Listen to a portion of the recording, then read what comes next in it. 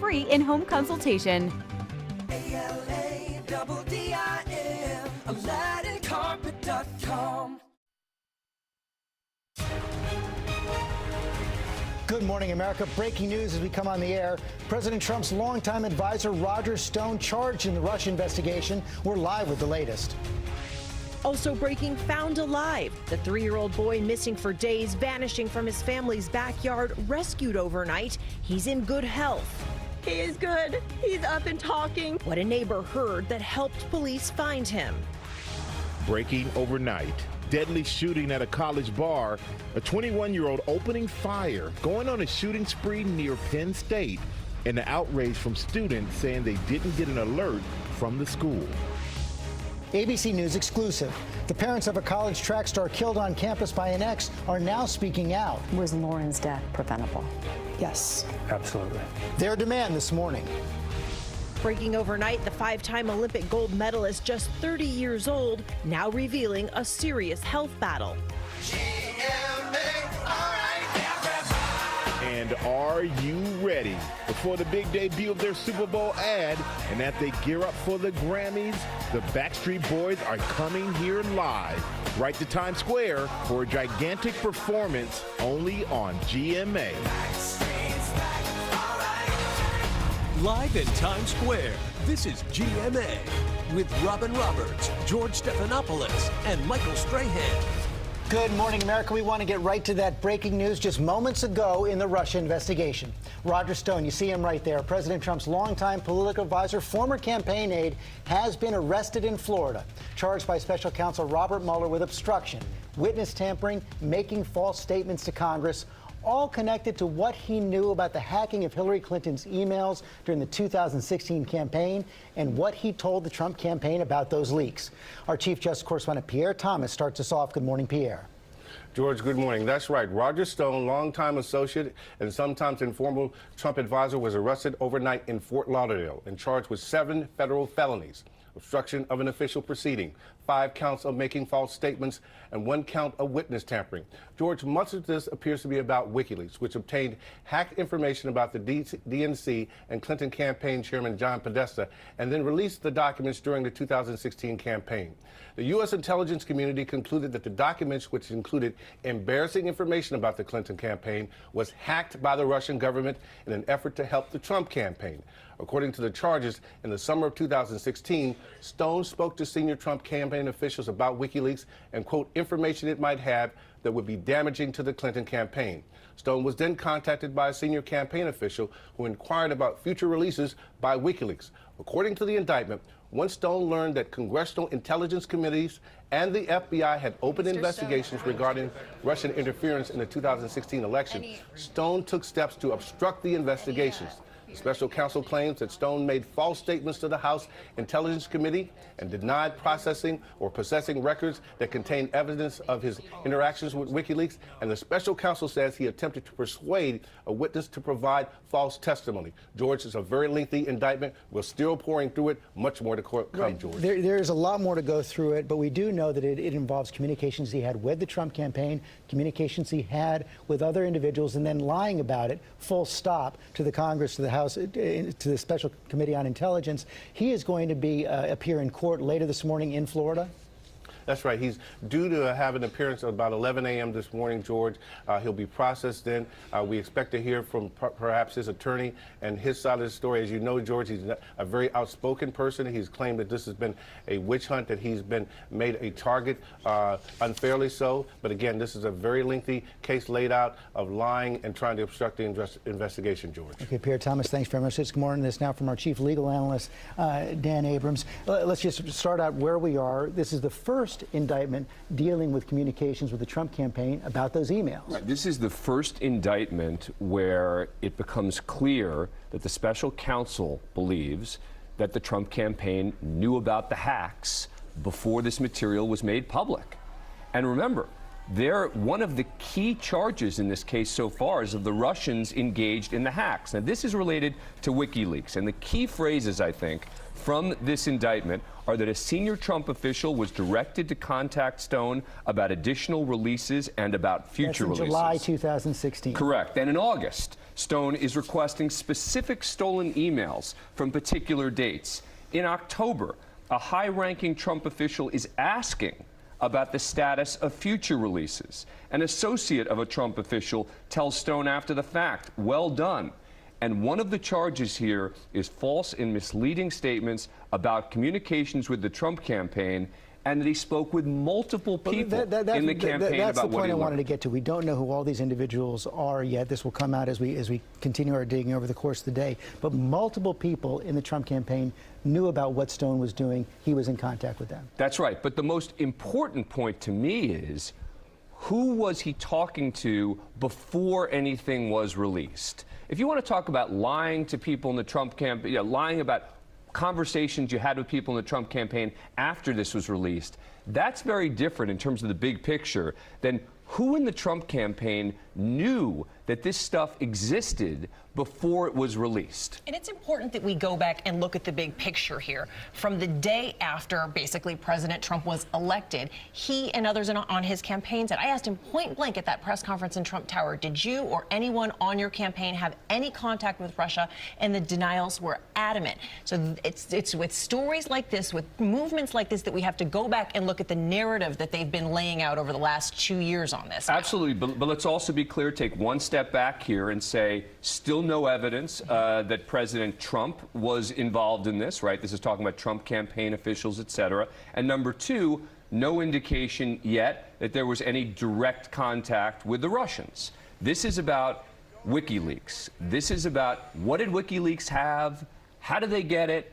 When are they going to distribute it? Now, we know from previous indictments, though, that Mueller is going to make the contentions that WikiLeaks got the information from Russian intelligence. Correct. But you're still you're now one step away, which is an important distinction between Trump campaign direct relationship with Russians and Trump campaign knowing about WikiLeaks. Well, one thing this also does seem to set up, if we now have to look at what these other multiple Trump campaign officials said when they were interviewed, assuming they were interviewed by the House Intelligence Committee, by the Senate Intelligence Committee, did they tell the truth? That's the critical point here, which is we know that there are multiple Trump campaign officials mentioned in this indictment. Many of them, if not all of them, have been questioned by the special counsel. Did they tell the truth? Because the special counsel now clearly believes that they know what happened. And again, to that point, lots of documentation in here. Lots of documents. And that's one of the things that Stone is charged for, by the way, is lying about what documents he has and didn't have. Because he denied he had records, denied he had documents, and then the special counsel comes forward and says, we know you have these documents. We know you have these records. And that's one of the charges he's facing here. Okay, we're going to stay on this all morning long. Dan Abrams, thanks very much. Still waiting to hear what the president has to say as well. We want to turn to that other breaking news overnight. The 3-year-old boy who disappeared after playing in his family's backyard has been found alive. Casey Hathaway said to be in good health this morning and back with his family. Let's go right to ABC's Steve Osunsami there in North Carolina with all of the latest. Good morning, Steve. Good morning to you, Cecilia. This is the hospital where the boy was taken, and we're told by the sheriff that he could be released from here later today. He's in good condition under the circumstances. Authorities say when they found him, he was able to tell them his name and his age. The boy's parents couldn't be happier this morning. Thank everybody for coming out, all the prayers. It means a lot. Yeah, just thank him. Yeah. Thank him. Yes, sir. Yes, sir. Thank you, buddy. After more than 2 nights lost in the freezing cold and heavy rain, their son, 3-year-old Casey Hathaway, was found alive overnight, less than a quarter of a mile from his home in rural eastern North Carolina, where he went missing Tuesday afternoon. We brought Casey to his family just like we said we were going to do. Police say he was 40 to 50 yards into the woods, caught up in vines and thorns. A neighbor heard his cries Thursday evening and called police. Captain Shane Greer is the person who found him. Went to him, disentangled him from some briars that he was hung up in, brought him out, and here we are. I don't believe he was there the whole time. I believe he did some moving around. As soon as the captain stepped out, he heard Casey asking for his mother. They say he was cut up a bit from the brush and was rushed to the hospital. He was talking and in good condition. He is good. He's up and talking. He's already asked to watch Netflix. He disappeared into the woods from his great-grandmother's backyard Tuesday. The girls come to the house and left him there, and he's walked off somewhere, and we can't find him. He was playing with 2 other children who were related, but didn't come back inside with the other 2. And how long ago do you know he walked in there? It's been at least 45 minutes, because we've been looking all in the woods for him. And it's behind your house? Huh? Is it directly behind your house? Yeah. Well, on the side, yeah. Volunteers from the Marines, the FBI, and hundreds of neighbors joined the search, all fearing the worst. They covered more than 220 acres, and this is the ending they hope for.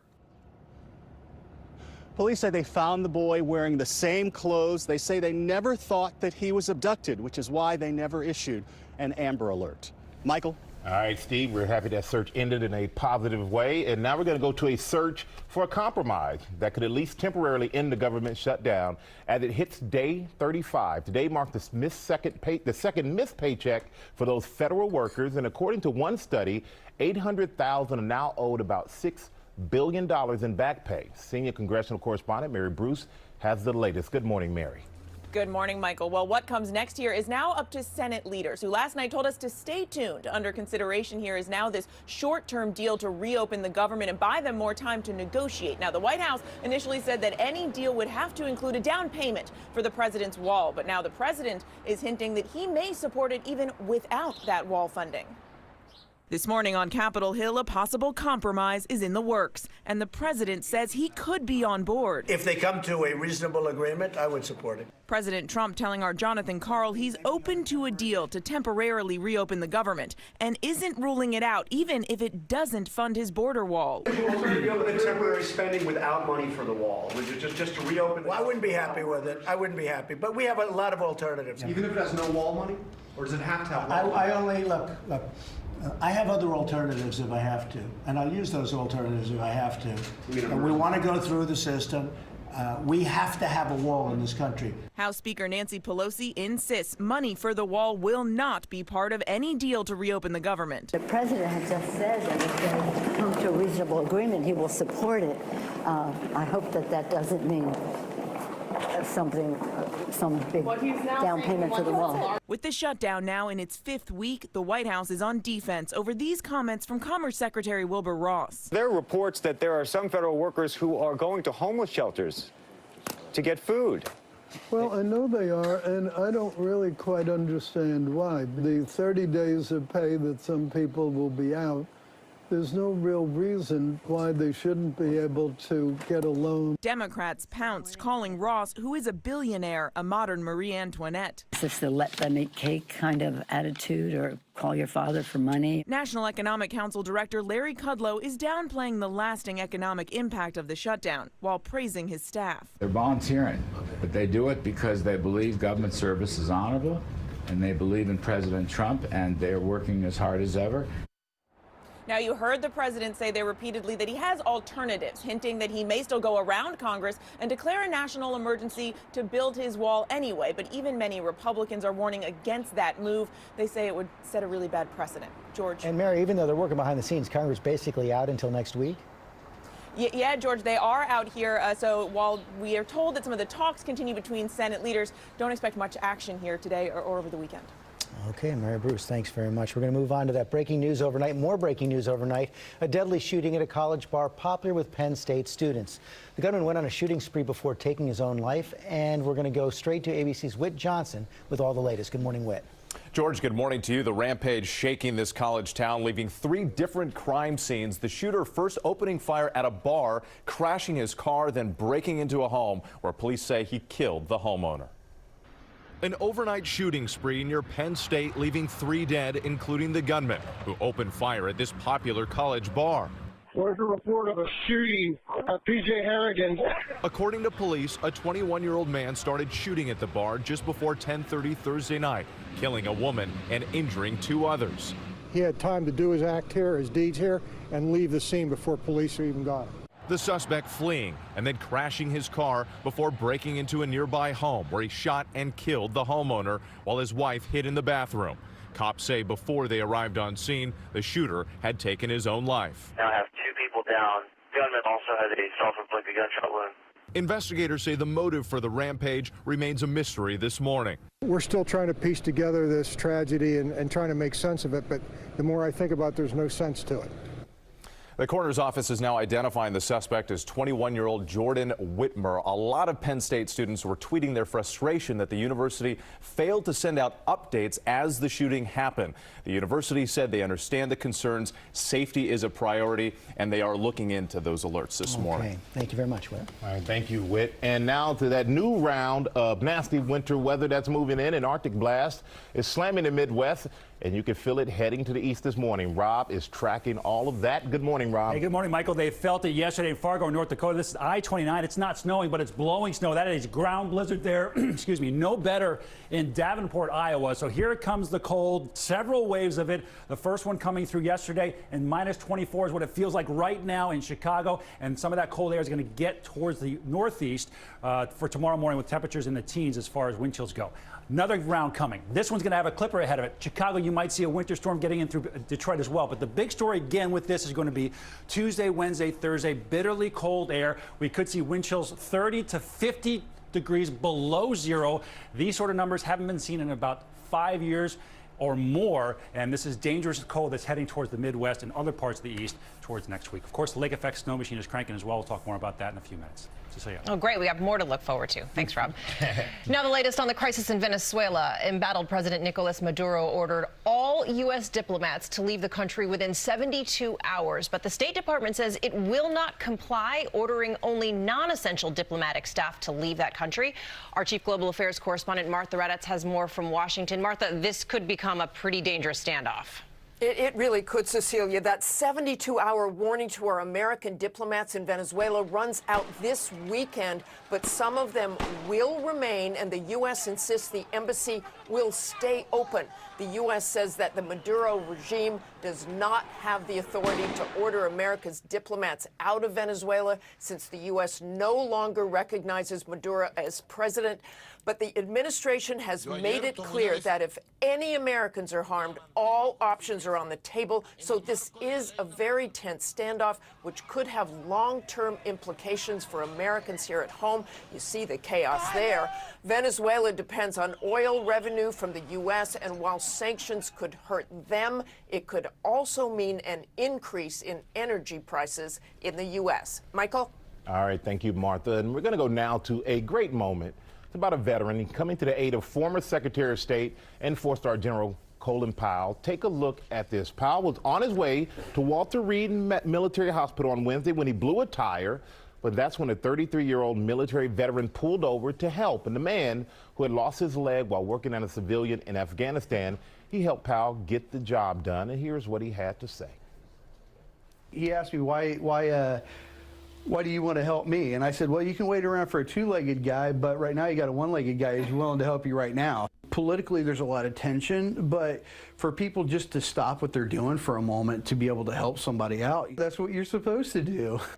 And that's exactly what he did. He did it because he has a good heart. And they took this selfie before heading on their way. And Powell said the veteran, Anthony Maggard, touched his soul and reminded him about what this country is all about. The story is getting hundreds of thousands of likes on Facebook, and it is a great reminder. Sometimes take a little time to help somebody out. Yeah. Make this world a little bit An awful better. lot to his country. Helped out another patriot right there as well. Exactly. Especially with where we are today in Washington. That is a good one. Thank you.